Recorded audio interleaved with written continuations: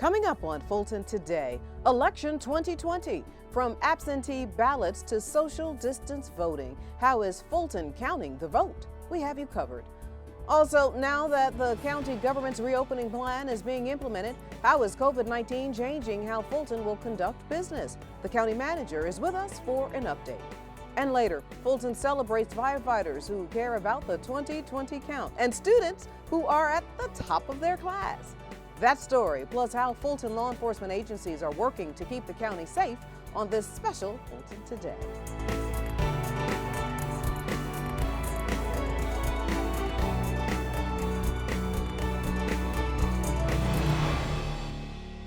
Welcome everyone to this special Fulton Today, Election 2020. Well, it's called for all hands on deck for Fulton officials, and it's a year that has seen record absentee ballots in the county and special health safety precautions at the polls. Fulton officials have mobilized its workforce to get every vote counted, no matter how long it takes.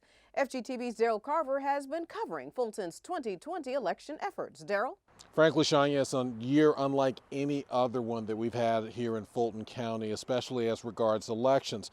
One of the things that we're telling people to do, if you come to a polling location, in this case Wolf Creek Library, but any polling location around the county, make sure to have a facial covering with you. Also, if you do come to one of the polling locations to vote in person, one of the things that you should be prepared for is a little bit of a wait.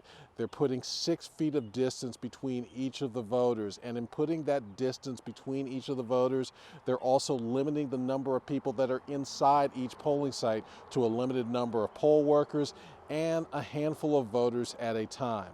So the waits may be a little bit longer, and it's something to adjust to if you're not normally used to the election process going like it has.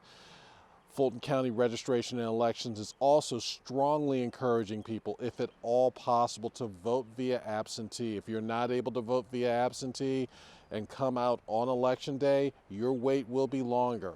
Just be aware that that wait could be longer than what you are normally used to when you come to a polling site. Now we're preparing for a primary election that will feature a lot of location changes, and the best way to keep track of those location changes is visit the Secretary of State's My Voter page. Your normal polling location may not be the polling location that you have for the June 9th primary, so please check that page to find out where exactly you need to be on Election Day. Reporting from South Fulton, I'm Daryl Carver for FGTV. And still to come on Fulton Today, the Fulton County Manager gives his COVID-19 update. Stay with us.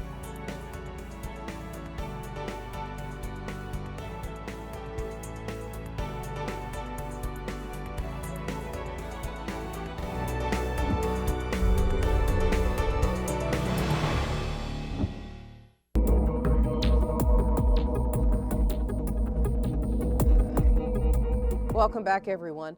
Well, for 3 months now, we have been keeping you abreast on Fulton's strategy and plan to deal with the pandemic that has really impacted the county and its citizens.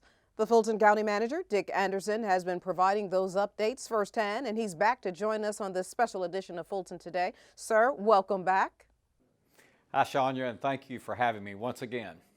We will get to the pandemic response in just a moment, but first, let's talk about the civil unrest that has erupted in Atlanta and across the country.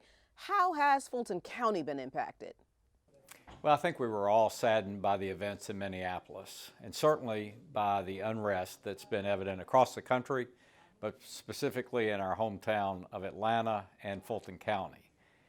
Fortunately, we have not suffered much damage to any county facilities. Most importantly, none of our employees have been hurt, but we are very interested in progress being made. So I think our elected officials are listening closely to what folks are saying, preparing to act in a variety of ways. And from a county operations perspective, we did delay our administrative office openings. And I think operating in a safety first principle, which we've been throughout the COVID-19 crisis, that was the appropriate thing to do. And now let's deal with COVID-19. Any updates from the COVID-19 trends? Yes, as we've reported before, we have truly flattened the curve in Fulton County. So we have ample hospital capacity in all different aspects of beds, ventilators, and the like. We've also seen a downturn in the number of folks in the hospital, as well as the percent of people who are testing positive at any of our testing centers. The only thing that's slightly concerning is an uptick in the number of folks that represent new cases. So we are watching that closely and are concerned. So that does really argue for all of us continuing to do everything we can possible in terms of social distancing, hand hygiene, and the like, to keep as much of the virus under control as possible. And sir, have we made progress in testing? Well, testing is where we've placed a huge amount of emphasis. We've tested over 125,000 residents of Fulton County, and that's very significant. In fact, it represents a fourth to a third of what has been tested in the entire state of Georgia. So we're doing more than our fair share. However, what we want to do is really emphasize to residents now through a creative marketing campaign and community outreach program about why they need to be tested. And in fact, the theme of the campaign is Fulton Needs You. And then it really spins off from there. Certainly we need you to be tested, but ultimately we need you to come back to work. We need you to visit restaurants. We need you to go back to church. So you'll see, I think, one of the most creative campaigns that a government has ever run in terms of marketing, messaging, using social media to really emphasize to our residents why this is important, but also how convenient it is, and oh, by the way, it's free. So it's I think one of the strongest messages that we can have at this point in this crisis, and you'll be seeing that in very short order. Mr. Manager, are we still planning to open the tax commissioner's offices on June 15? You know, folks really want to know that.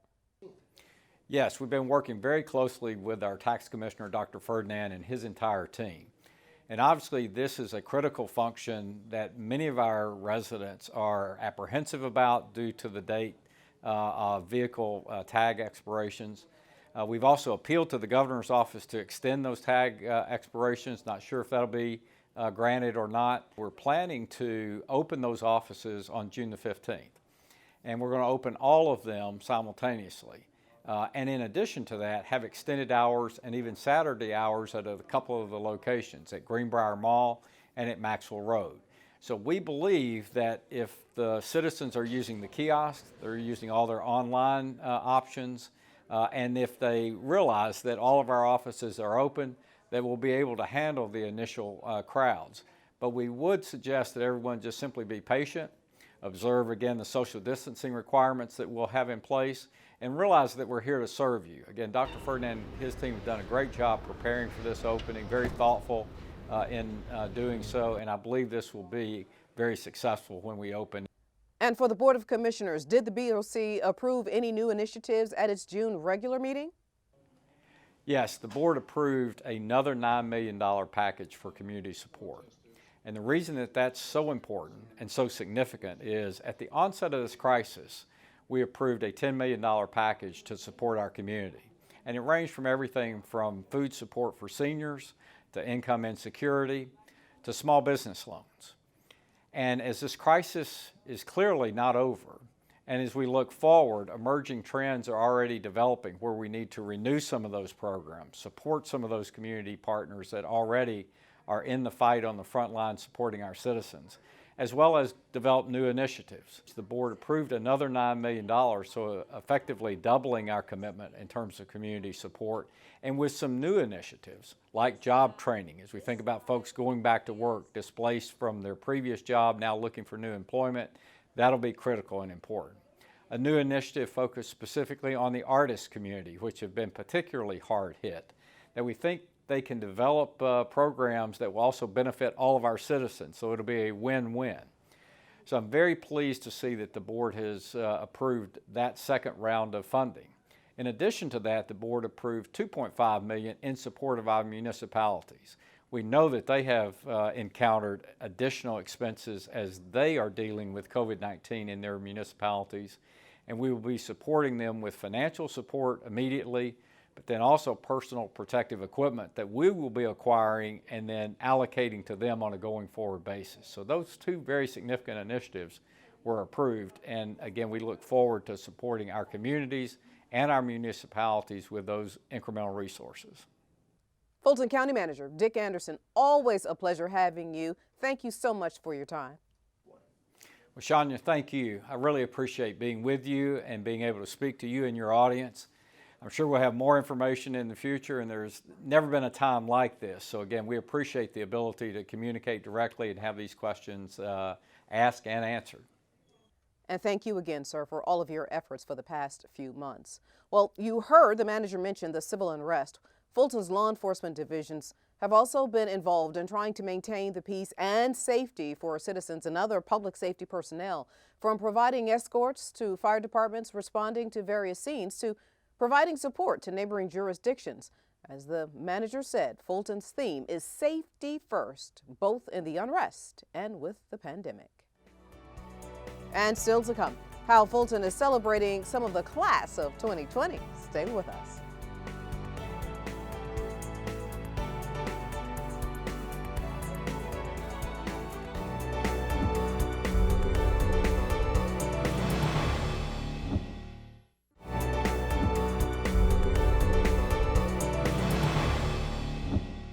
Welcome back, everyone, to this special Fulton Today. As you may remember, this is also the time when the nation counts its population as a part of the census, which happens every decade. Now, with all that is happening in our world, Fulton County got help with its efforts to get people counted from the same group who was always first to respond, firefighters, in the way of a friendly competition. Take a look at how the winners were announced. As the Fulton County District 2 Commissioner, I couldn't be prouder of the effort put forth by Roswell Fire Station number 5. Working outside of their wheelhouse, this team developed an educational video for the 2020 census, and they're not only good firemen, they're also they got some pretty good actors here in this fire station as well. Their work not only educated Fulton County residents with great clarity and accuracy, but also enumerated the different ways each household can participate in the 2020 census. Our winning team, Roswell Station number 5, with their 3 Easy Ways video, highlighting the 3 ways residents can complete the 2020 census: by phone, by mail, and online at 2020census.gov. For the best 2020 census PSA, we commend Roswell Station number 5 and award you the grand prize of $1,000 in Publix gift cards, courtesy of our media partner, and a catered Shane's Rib Shack lunch on the date of your choice. We're very proud of the city and the efforts the city has taken with the census. They've taken it extremely serious. We know the importance of it, and this just comes at a perfect time to show that our efforts are actually working.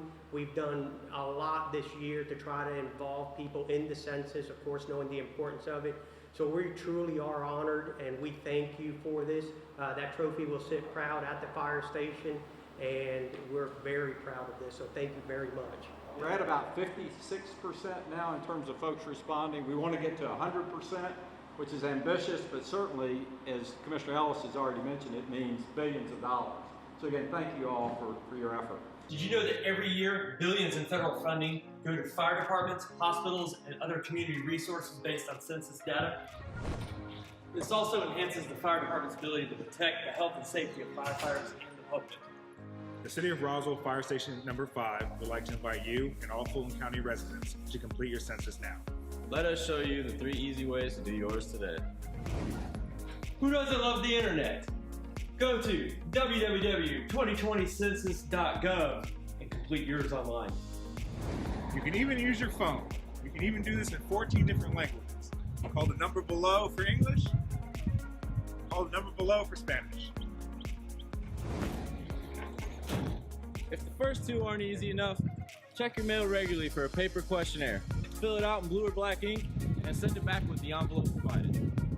Better healthcare, schools, and fire stations depend on you. Your voice matters, so make it count. Way to go. Congratulations, everyone. And finally, with 2020 proving to be a year unlike any other, especially for this class of graduates, Fulton County wanted to honor its tradition of recognizing those who were at the top of their class. FGTV's Priscilla Ortega has our story. A drive-through celebration and huge boxes filled with gifts helped congratulate top high school graduates in Fulton County. We honor the valedictorians, salutatorians, and star students from each of our Fulton County high schools, celebrate their success, encourage them to keep up their good work, try and show them how much their success will mean to them in their life. And so it's just a really great way to honor. Even though it's a different celebration this year, we still wanted to make sure that we let those students know that their hard work has paid off. All students that were named valedictorians, salutatorians, and star students from Fulton County Schools, Atlanta Public Schools, and charter schools in the county were invited to take part in one of 3 drive-through events. The celebrations at 3 locations allowed county leaders to say "job well done" to the students while practicing social distancing. Inside the boxes were balloons, a yard sign, speakers, hat, and other goodies to help celebrate the milestone of graduating from high school with outstanding GPAs. Well, it really means a lot. I think that the class of 2020, it's been a struggle to kind of celebrate the end of the year and experience that end to our high school career. But with events like these, it makes it seem like it's all still there, that sense of community, getting to see other people, the friends, getting to celebrate, and having that feeling of, we've made it, and we did it. We've been through this, so that means we can go through anything. So I think the message to any of the seniors out there, any of the students, is that it doesn't really matter what you have to go through. All that matters is you keep getting back up, you keep pushing on, and then as long as you don't give up, you can never fail. So that would be my message to everybody. While this year's celebration looked different than the annual Fulton County Scholars Reception, which has taken place at Zoo Atlanta for a few years, the congratulations and well wishes as the students head off to college were just as big. Reporting for FGTV, I'm Priscilla Baylog. Thanks, ma'am. We appreciate it. And congratulations again to the graduates and to the Vals and Sals and honor students. Well, our reminder now that we want to connect with you online. Be sure to follow us on Facebook, Twitter, and Instagram for up-to-date Fulton County news. You can also watch a replay of this show or any other FGTV program anytime on our YouTube channel, so please do us a favor and subscribe. Well, that does it for this edition of Fulton Today. Thank you so much for watching. Join us each week for news around and about Fulton County. Stay safe, everyone.